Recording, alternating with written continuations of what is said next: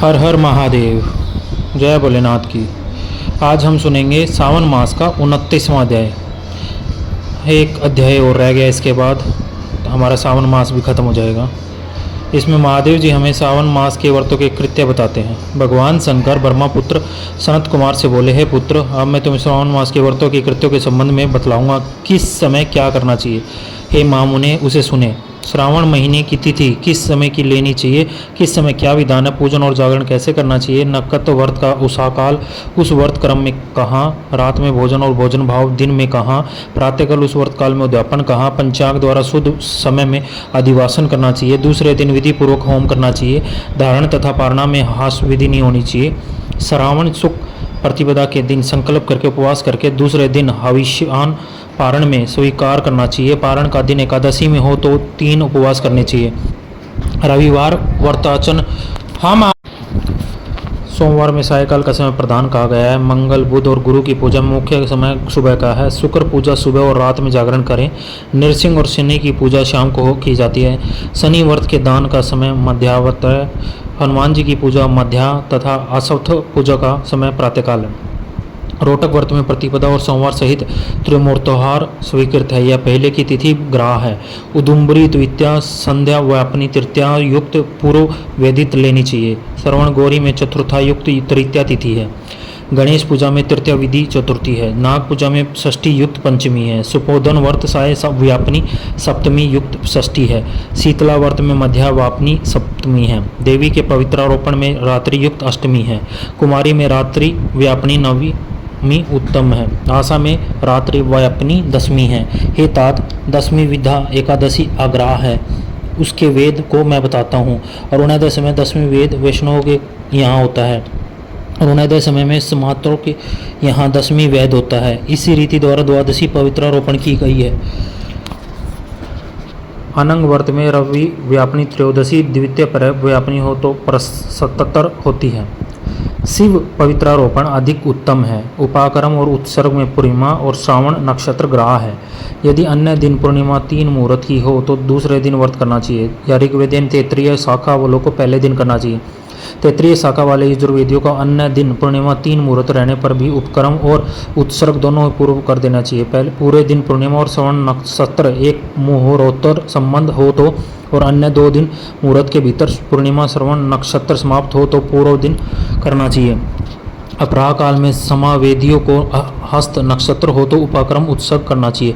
दोनों दिन हस्त नक्षत्र अपराह काल व्यापनी हो तो पहले दिन करना चाहिए। उपाकर्मोत्तर सभादीप करना चाहिए। श्रवण कर्म और सर्प बलि को सूर्यास्त समय व्यापनी पूर्णिमा उत्तम है। वागी वोत्सव में पूर्णिमा मध्य व्यापनी लेनी चाहिए।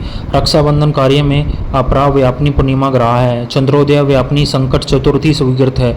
चतुर्थी चंद्रोदय व्यापनी दोनों दिन हो या ना हो पहले दिन करना चाहिए, क्योंकि तृतीय के दिन चतुर हो जाने से वह महत्व पुण्य का फलप्रद होती है।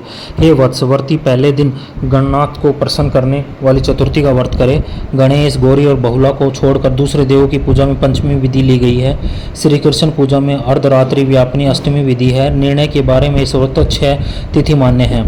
एक तो दोनों दिन पूर्ण व्याप्ति, दोनों दिन केवल अव्याप्ति, दोनों दिन अंश द्वारा सम व्याप्ति, दोनों दिन अंश द्वारा विषम व्याप्ति तथा अन्य दिन अंश द्वारा अव्याप्ति, पूर्व दिन अंश में व्याप्ति, अंत में अव्याप्ति। 6 पक्षों में से 3 पक्षों में संदेह नहीं है। अब उसे सुनो। पूर्ण व्याप्ति में अंश व्याप्ति से अधिक व्याप्ति श्रेष्ठ मानी जाती है। एक दिन जो पूर्ण तिथि है वही अन्य दिन अपूर्ण कही गई है। एक अव्याप्ति अन्य दिन अंश व्याप्ति हो तो श्रेष्ठ अंश व्याप्ति होती है। अंश व्याप्ति जब हो तथा वह सम हो तो वह संशय हो जाता है, तो भेद वाक्य निर्णय करना चाहिए। युगम वाक्यों में कहीं कहीं वर नक्षत्र योग बल से, कहीं प्रधान 2 योग में, कहीं पुराण योग से जन्माष्टमी व्रत में संदेह हो, यानी इन पक्षों में परा हो तो प्रातःकाल में पारण करना चाहिए। यदि 3 पहर अष्टमी समाप्त हो या बाद तक रहती हो तो सुबह में पारण करना चाहिए। पिठोरा व्रत में मध्या व्यापनी अमावस्या शुभ है। वृषभ अंचन में सायकाल व्यापनी अमावस्या ली गई है। ध्रुवों के संचय में संभव समय है। सूर्य की करक संक्रांति में 30 घड़ी वाले पुण्य समय माना है। सिंह संक्रांति में 16 घड़ी पहले तथा 16 घड़ी बाद में पुण्य समय माना जाता है। कुछ सिंह ऋषि सिंह की संक्रांति के पहले 16 घड़ी पुण्य समय मानते हैं। अगस्त्य अग्रह समय व्रत सही थी कहा है। सनत कुमार, मैंने ये कर्मों का कामल निर्णय बताया। इस अध्याय को जो सुनता है, जो सुनाता है और उसको श्रावण मास के सभी व्रतों को फल प्राप्त होता है। जय भोलेनाथ, हर हर महादेव। आज हमने 29वां अध्याय संपन्न कर लिया है। कल हमारा आखिरी 30वां अध्याय है और उसी के साथ सावन भी आई थिंक ख़त्म हो जाएगा। तो जो आज का था अध्याय उसमें थोड़ा आपको समझ में नहीं आएगा तो आप गूगल कर लेना, और जो सुनने मात्र से भगवान का नाम मन में विचार कर ले और उनकी छवि बना ले तो उनके लिए तो कुछ भी सुनो या ना सुनो बराबर है। मैं खुद पंडित हूँ, लेकिन देसी पंडित हूँ। हर हर महादेव। आज प्रेम के बारे में यही कहूँगा कि अपने प्रेम को ना जितना बचा सकते हो बचाओ। बचाना खुद से भी है, खुद के गुस्से से भी है, ईगो से भी है, परिवार से भी है, उसके खुद के गुस्से से भी है और दुनिया से भी है। अपनी खुशी किसी को ना दिखाओ, खासकर प्रेम तो किसी को ना दिखाओ,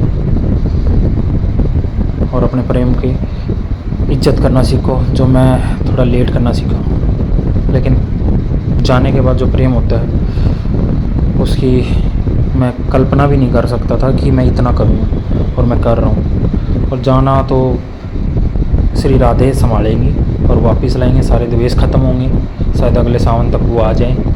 जय भोलेनाथ, हर हर महादेव।